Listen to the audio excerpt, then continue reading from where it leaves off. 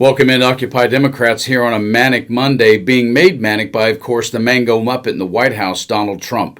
Because in this breaking story, what happens when you place people in positions of power simply because they're friends or ideology? You just want them to do what you tell them to do. And that is Donald Trump to the nth degree, because he believes in running the United States of America like he would run a company. And people used to think that was smart as a businessman, except for the country isn't a business and you don't get to be a dictator. And in this breaking story, his Defense Secretary Pete Hegseth is about to make a massive mistake. But it goes right in line with what we already knew, because this is what happened recently to him and about him at his confirmation hearing. This. Mr. Hegseth, I do not believe that you are qualified to meet the overwhelming demands of this job. And why is he not qualified? Well, one little baby example, this. Mr. Hegseth, what is the highest level of international negotiations that you have engaged in, that you've led in? Because the Secretary of Defense does lead international security negotiations.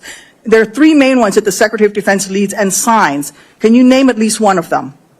Could you repeat the question, Senator? Sure. What is the highest level of international security agreement that you have led?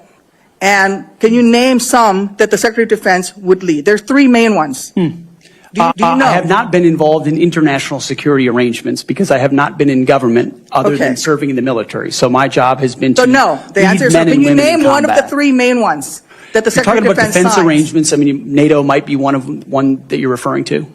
Status of Forces Agreement would be one of them. Status of Forces Agreement. I've been a part of teaching about Status of Forces Agreements. But you don't remember to mention it? But Trump doesn't care. Trump just wanted a yes man who was all rrr and no brains whatsoever. And also someone with this kind of a checkered past. We must acknowledge the concerning public reports against you.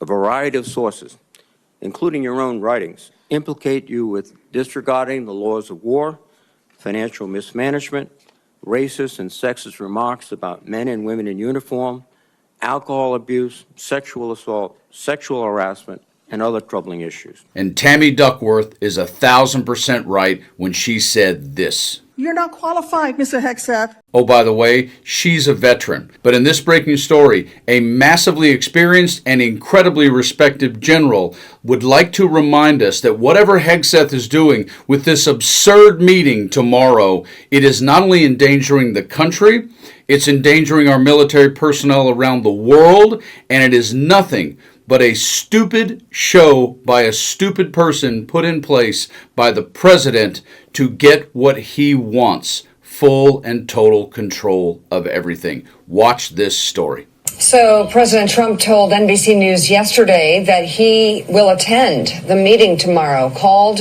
by Defense Secretary Pete Hegseth, gathering hundreds of top military officers in Quantico, Virginia.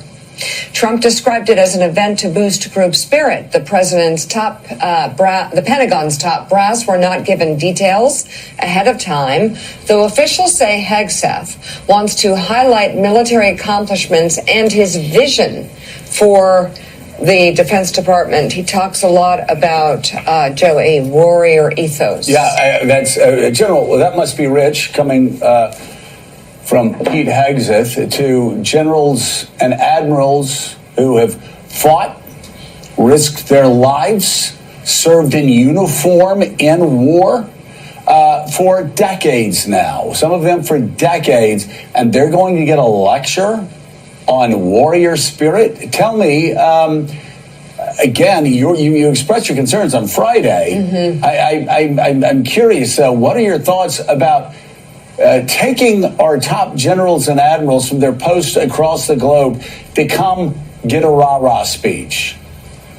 This is going to prove how adaptable the military commanders are, Joe. You know, this thing started out as a attempt to talk about the warrior spirit, or the warrior ethos, I'm sorry. The warrior ethos is just one part of the professional triad that the military has. You have the oath to the Constitution, the service's values. I can still name the Army values: loyalty, duty, respect, selfless service, integrity, honor, and personal courage.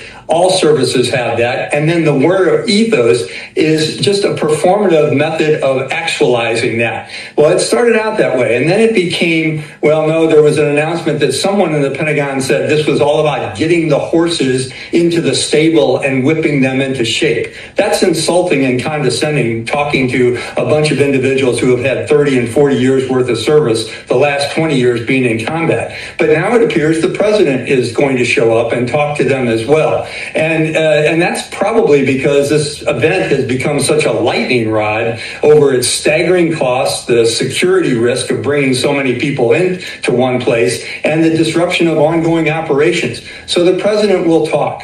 We have seen the president talk at several military functions. First, there was the Fort Bragg function, which is embarrassing to the Army, the way those soldiers acted. I then attended personally the West Point graduation, and the cadets were told as they were sitting on the parade field getting ready to get their diplomas that they better keep a poker face and remember their professional activities.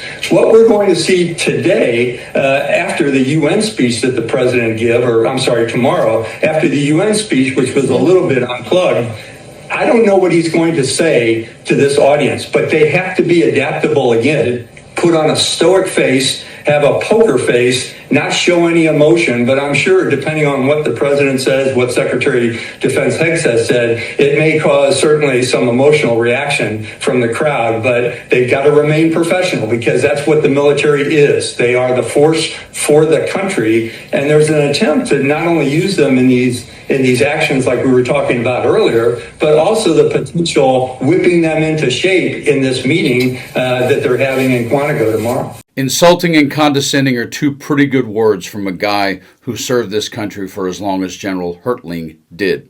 And the bottom line is, when you don't know what you're doing, and you know this in life, I guarantee you know this, when you don't know what you're doing, we tend to sometimes overcompensate or do too much because you're trying to put on a show and masquerade that you really have no idea what the hell is going on. And that is Pete Hegseth to the nth degree. He was never qualified for this job. He still isn't qualified for this job, but it doesn't matter. And something globally is going to happen that's very tragic because Pete Hegseth is the Defense Secretary of the United States of America. Thanks, Donald. You guys stay frosty.